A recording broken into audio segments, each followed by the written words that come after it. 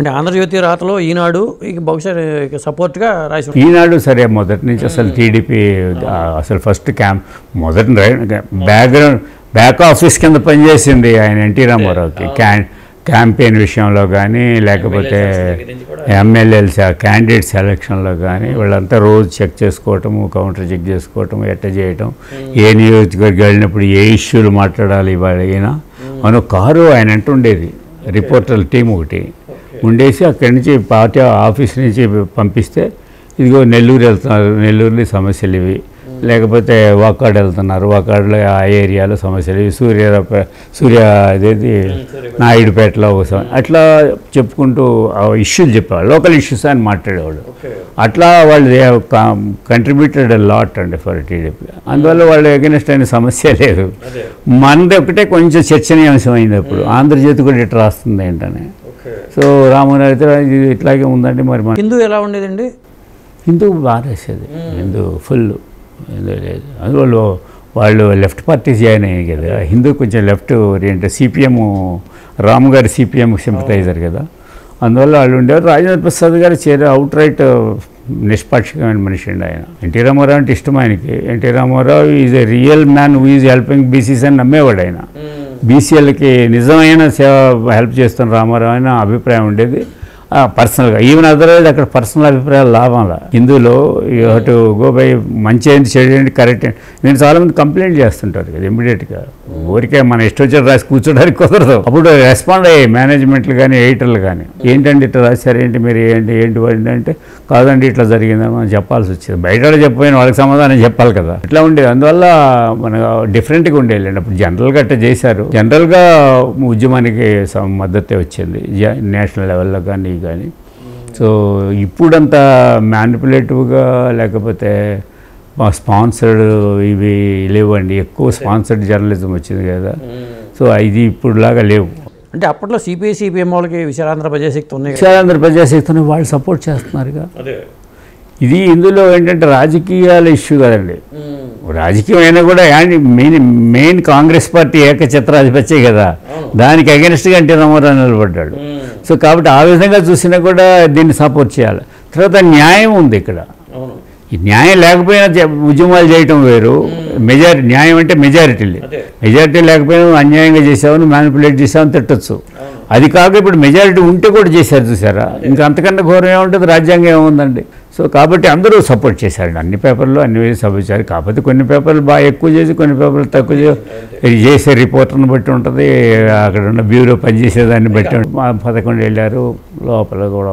గందరగోళం జరగనేరు కదా చూడకూడని దృశ్యాలు పాపం ఆయన ఎన్టీ రామారావు గారు ఆయన కర్ర పట్టుకొని రావటం కూర్చోవటం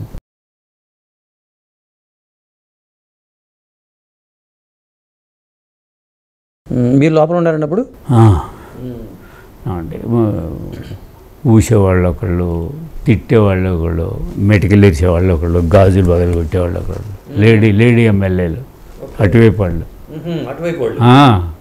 అమ్మో 2-3 ఎంత చిత్రం వాళ్ళు అసలు ఎవరిని ఊరు పేరు గంధిమాధవ్ వాళ్ళందరూ పేర్లు రాశాను నేను ఇందులో రాసినప్పుడు అందరూ నేర్చు అంటే వచ్చిన పేర్లు ఇప్పుడు కాటగడ ప్రసవన గ్రంథిమాధవి ఇక్కడ కాటగడ ప్రసవన కొంచెం అటు ఇటు ఉంది ఇటే ఉంది కాటగడ ప్రసవన ఇటే ఉంది అప్పటికి వెళ్ళాలి ఆ తర్వాత ఏదో కొంత తేడా వచ్చింది కానీ ఇప్పుడు అప్పటికి వెళ్ళాలి గ్రంథిమాధవి ఇంకెవరో ఒకళ్ళు 2-3 ఉన్నారు దగ్గరికి వచ్చి ఇట్లా కొట్టడం ఎన్టీ రామారావు దగ్గరికి వచ్చి చాలా భయంకరమైన దృశ్యాలు అవన్నీ వాళ్ళకి అంత కోపం ఎందుకు టెలికాస్ట్ అంటే తిట్టడం అనమాట భయపెట్టడం తిట్టడం అవమానించడం గవర్నమెంట్ సులకం చేయటం అనమాట వీళ్ళకి అందరికీ మంత్రి పదవులు ఇచ్చాడు కదా ఆయన అది అసలు ఎమ్మెల్యేలు అక్కడ ఏం లీడర్లు అండి ఎవరు ఊరు పేరు లేని వాళ్ళు కదండి గోవాడ మల్లికార్జునరావు అనుకుంటా ఆయన కూడా మంత్రి అయినట్టున్నారు ఊరు పేరు లేని వాళ్ళు ఇక స్పీకర్లు డిప్యూటీ స్పీకర్లు అందరూ అటు వెళ్ళిపోయారు డిప్యూటీ స్పీకర్లు కూడా వెళ్ళిపోయారు డిప్యూటీ స్పీకర్ అయితే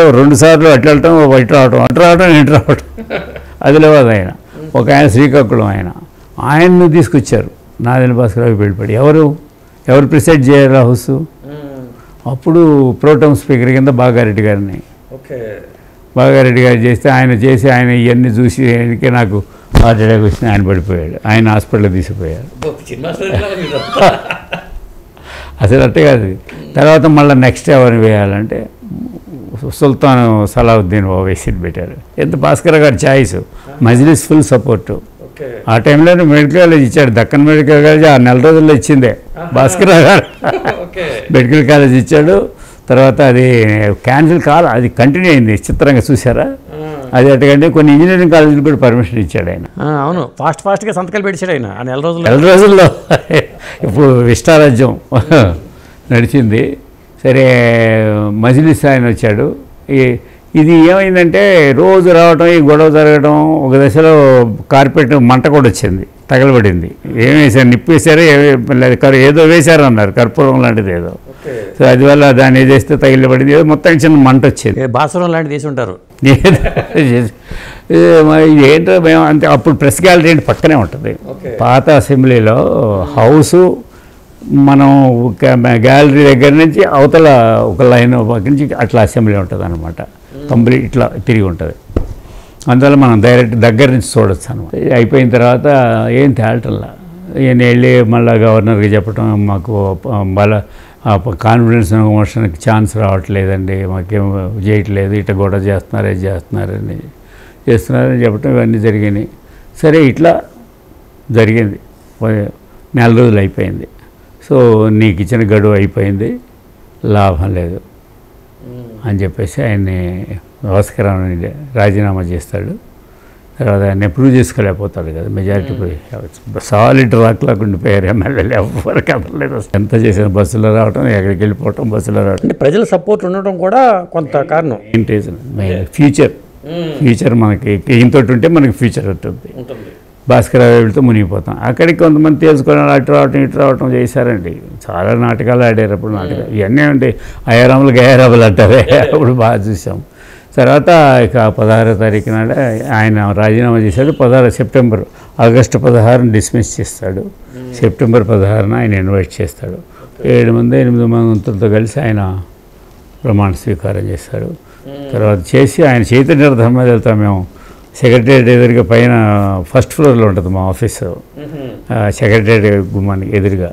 పైన చూసి ఆయన అలాగ వస్తున్నాడంటే మనం చెప్తారు రిపోర్టర్లు. సో మేము బయటకు వచ్చి చూస్తే ఆయన అలా భాష పట్టేసి ఆయన పోజుంటారు కదా చైతన్య రథం మీద, అలా పట్టుకుని అలా చెప్పుకుంటూ వెళ్ళిపోయాడు అనమాట Ramakrishna Rao. So that was the end of 1 month story. ప్రజాస్వామ్య పునరుద్ధరణ ఉద్యమం ఆ రోజుతోటి పునరుద్ధరణ జరిగిందనమాట. That is a very very rare incident అండి. నన్ను అడిగితే భారతదేశ చరిత్రలో, మేబీ ప్రపంచంలోనే జరిగిందో లేదో మనకు తెలియదు, కానీ పార్లమెంటరీ డెమోక్రసీ ఉన్న మన కంట్రీలో ఎక్కడ కూడా జరగడం అంటే చాలా చోట్ల టాపులు చేశారు. మళ్ళీ ఇంకో ముఖ్యమంత్రి వచ్చారు, 4 రోజులు ఉన్నారు, 15 రోజులు ఉన్నారు, 20 రోజులు ఇట్లా జరిగినాయి. బీహార్లో చాలా చోట్ల జరిగింది. కాకపోతే క్యాంపు రాజకీయాలు చేయొచ్చు అనేది అర్థమైంది.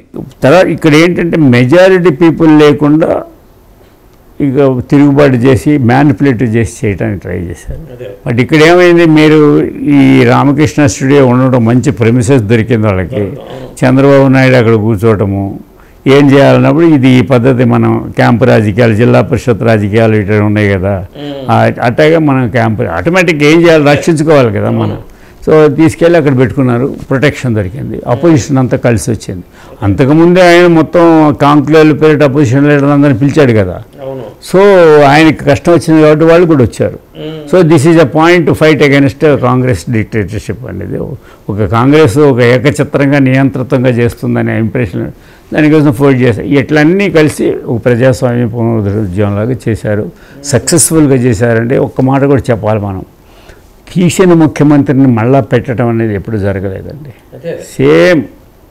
సేమ్గా ఇందిరాగాంధీ పర్టికులర్గా అంత పవర్ఫుల్ లీడర్, అంత పవర్ఫుల్ ప్రైమ్ మినిస్టరు మళ్ళా జరిగిన తప్పు జరిగిందని ఒప్పుకున్నట్టే కదా. ఒప్పుకొని అంత రాష్ట్రపతి పాలన పెట్టచ్చుగా, రాష్ట్రపతి పాలన పెట్టలా.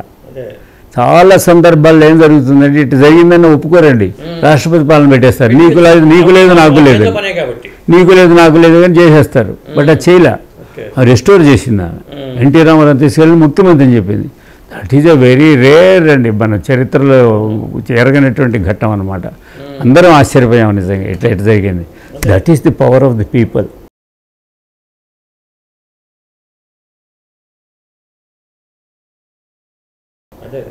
ప్రజలు